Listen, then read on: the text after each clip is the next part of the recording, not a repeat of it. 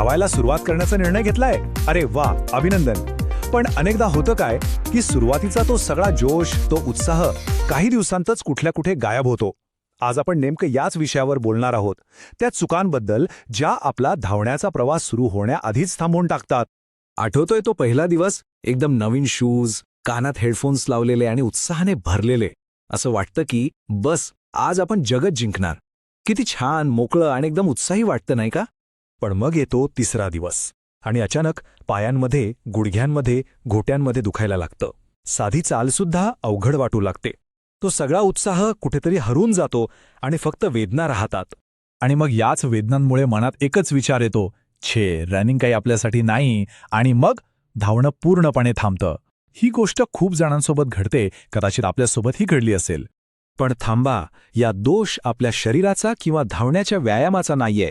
खरी समस्या काही सामान्य चुकांमध्ये दडलेली आहे, ज्या आपण सहज टाळू शकतो. चला तर मग आज या चुकांना नीट समजून घेऊया आणि त्यांना कायमचं दूर करूया. सगळ्यात पहिली आणि सगळ्यात मोठी चूक म्हणजे उत्साहाच्या भरात थेट धावायला सुरुवात करणे, शरीराला कोणतीही पूर्वकल्पना न देताच. हे किती खरं आहे नाही का? जसं आपण गाडीचं इंजिन हळूहळू गरम करतो, तसंच धावण्याआधी आपल्या शरीराच्या इंजिनला, म्हणजे आपल्या स्नायूंना तयार करणं खूप जास्त गरजेचं आहे. वॉर्मअपमुळे होतं काय की आपले स्नायू आणि सांधे येणाऱ्या ताणासाठी तयार होतात. हृदयाचे ठोके हळूहळू वाढतात, स्नायूंना पुरेसा ऑक्सिजन मिळतो आणि सगळ्यात महत्त्वाचं म्हणजे दुखापत होण्याचा धोका प्रचंड कमी होतो. तर नियम अगदी सोपा आहे. प्रत्येक रनच्या आधी फक्त 5 ते 10 मिनिट द्या. थोडा चाला, अगदी हलकं जॉगिंग करा किंवा काही सोप्या शारीरिक हालचाली करा. बस एवढंसं केलं तरी पुरेसं आहे. दुसरी चूक म्हणजे खूप जास्त, खूप लवकर करण्याचा मोह.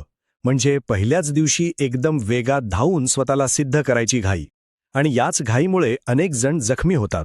जेव्हा शरीर तयार नसताना आपण त्यावर अतिरिक्त ताण टाकतो, तेव्हा शिन स्प्लेंट्स, स्ट्रेस फ्रॅक्चर किंवा टेंडिनायटिस सारख्या समस्या डोकं वर काढतात. पायाच्या नडगीत किंवा टाचेत दुखायला लागणं हे धोक्याचे संकेत आहेत, हे लक्षात घ्या. मग आपला योग्य वेग कसा ओळखायचा? त्यासाठी एक सोपी टॉक टेस्ट आहे. जर धावताना आपल्याला सहजपणे बोलता येत असेल तर समजून जा की वेग बरोबर आहे. लक्षात ठेवा, सुरुवातीला वेगापेक्षा सातत्य जास्त महत्त्वाचं आहे. हळू धावलं तरी चालेल, पण नियमित धावणं गरजेचं आहे. धावून झाल्यावर थेट घरी जाऊन बसणे ही आहे तिसरी सामान्य चूक, म्हणजे कूल डाऊन आणि स्ट्रेचिंगला पूर्णपणे विसरून जाणे. एक गोष्ट लक्षात घ्या, जितका वॉर्मअप महत्त्वाचा आहे तितकाच कूल डाऊन सुद्धा.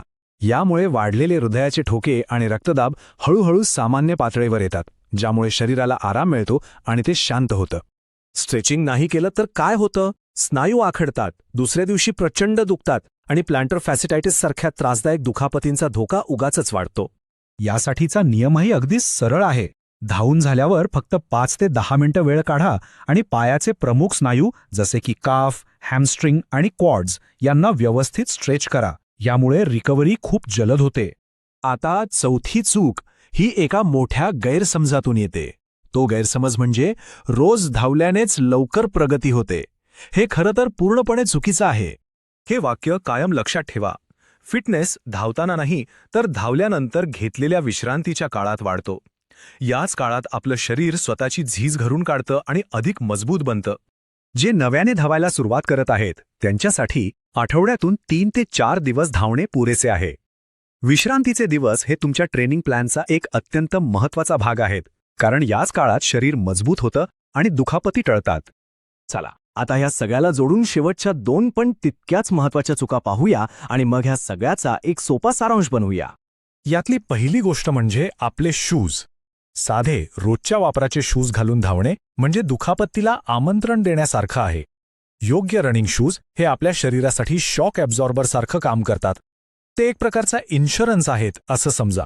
आणि दुसरी आहे एक मानसिक चूक, सोशल मीडियावर इतरांशी स्वतःची तुलना करणे. प्रत्येकाचा प्रवास वेगळा असतो, प्रत्येकाची शरीरयष्टी वेगळी असते.